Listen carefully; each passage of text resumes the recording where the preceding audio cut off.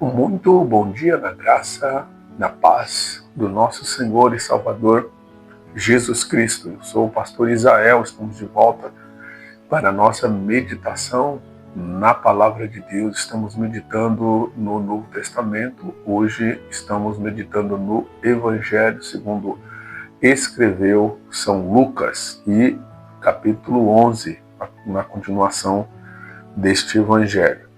O capítulo 11, ele apresenta para nós o ensinamento de Jesus sobre oração, a luz e críticas à hipocrisia.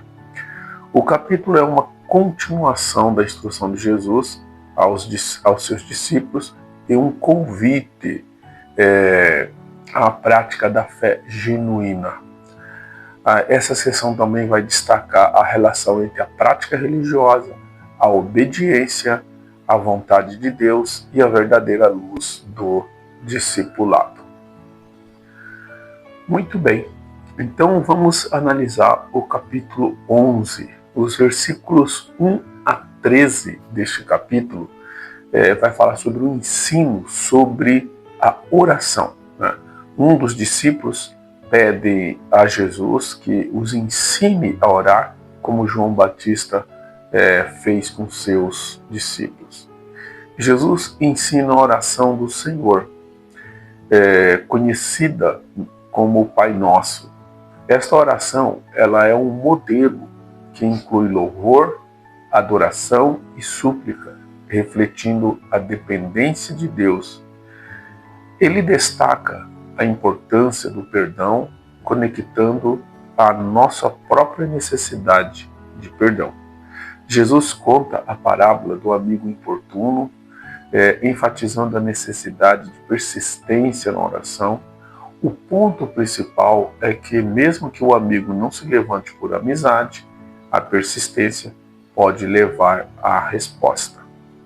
Jesus também incentiva a busca, a batida e a pedir, prometendo que aqueles que buscam encontram, e os que batem abrirão, e os que pedem receberão, prometendo que Deus responde às orações. Jesus também compara a bondade dos pais ao dar presentes aos filhos, afirmando que o Pai Celestial dá o Espírito Santo àqueles que pedem. Isso realça o caráter generoso e amoroso de Deus. Os versículos 14 a 23, ele fala sobre o poder de expulsar demônios.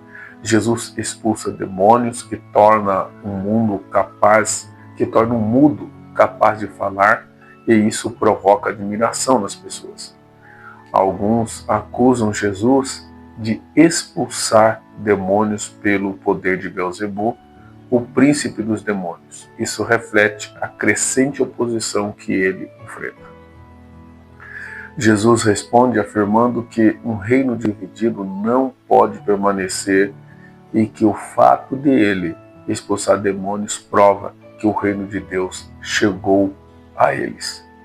Ele usa a metáfora do forte e do homem mais forte para ilustrar sua autoridade sobre o mal, afirmando que aqueles que não estão com ele estão contra ele. Os versículos 24 a 36 vai falar sobre a luz do mundo. Jesus fala sobre o espírito imundo que sai de uma pessoa, mas ao voltar encontrar a casa limpa, traz consigo outros espíritos piores. Isso mostra a necessidade de uma verdadeira transformação e habitação do espírito. Verso 27 a 28, uma mulher louva Jesus por sua mãe, mas ele responde que aqueles que ouvem a palavra de Deus e a praticam são abençoados, enfatizando a importância da obediência. Os versículos a seguir fala sobre a geração má que pede um sinal. Jesus diz que somente o sinal de Jonas será dado, referindo-se à sua ressurreição como o sinal definitivo de sua messianidade. Jesus ensina sobre a luz que deve ser vista. Se a luz que está em nós for escuridão, quão grande é essa escuridão? A necessidade de se autoexaminar é fundamental para viver a verdade. E por último, o último ponto aqui fala sobre a crítica aos fariseus e escriturar os escribas, né? Versos 37 a 57. Um fariseu convida Jesus para jantar e percebe que ele se não lavou antes da refeição. Jesus critica a hipocrisia dos fariseus que se concentram em regras externas, mas negligenciam a justiça e o amor de Deus. Jesus denuncia os fariseus por serem rigorosos em dízimos, mas desprezarem o que é mais importante, justiça e amor de Deus. Ele também critica a aparência de pureza, mas a imundícia interior. Um dos especialistas da lei responde ao que Jesus diz, e este, por sua vez, critica também os escriturários, os escribas, enfatizando que eles sobrecarregam as pessoas com exigências.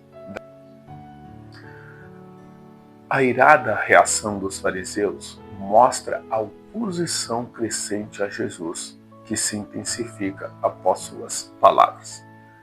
Lucas 11, então, apresenta Jesus como mestre que ensina sobre a verdadeira oração, a importância de uma vida transformada e a crítica à superficialidade religiosa, a constante ênfase em ouvir e praticar a palavra de Deus, reflete um desafio ao mero formalismo religioso, revelando a necessidade de um relacionamento autêntico com Deus. E assim nós terminamos este capítulo 11, né, deixando aqui agora para vocês umas 4 aplicações que nós podemos tirar aqui. E a primeira delas é a importância da oração. O ensino sobre a oração nos encoraja a ser persistentes e sinceros em nossa vida de oração, confiando que Deus responde às nossas súplicas. Transformação interior. A advertência sobre o espírito imundo nos lembra que não basta limpar a casa externamente, precisamos buscar a verdadeira transformação pelo Espírito Santo. Viver a palavra. O chamado à obediência nos desafia a não apenas ouvir a palavra de Deus, mas aplicá-la em nossas ações diárias, refletindo genuinamente o caráter de Cristo. E por último, perigo da hipocrisia. As críticas de Jesus aos fariseus nos exortam a examinarmos nossas próprias vidas, evitando a hipocrisia e buscando um relacionamento verdadeiro com Deus que se expressa em amor, justiça e compaixão. E assim nós concluímos o capítulo 11 de Lucas com as aplicações necessárias. Que Deus te abençoe e façamos uma oração para encerrarmos esse capítulo. Senhor nosso Deus e Pai de nosso Senhor e Salvador Jesus Cristo, neste momento eu rogo a Ti, ó Deus, pela Tua bondade e misericórdia que tem nos cercado e por estas pessoas que nos ouvem neste momento. O Senhor conhece a particularidade de cada um nesta hora, Pai. E o Senhor assim tem falado com eles nesse dia, orientando-os para que eles continuem firmes na fé. E aquele que ainda não te conhece como Salvador, aquele que ainda não entregou sua vida a Ti, o faça neste momento, sendo transformado pelo poder do Espírito Santo, que pode regenerar e fazer nova todas as coisas. Assim nós oramos em nome de Jesus. Amém. Deus abençoe você. Sou o pastor Israel. Nos vemos na próxima oportunidade. Até lá.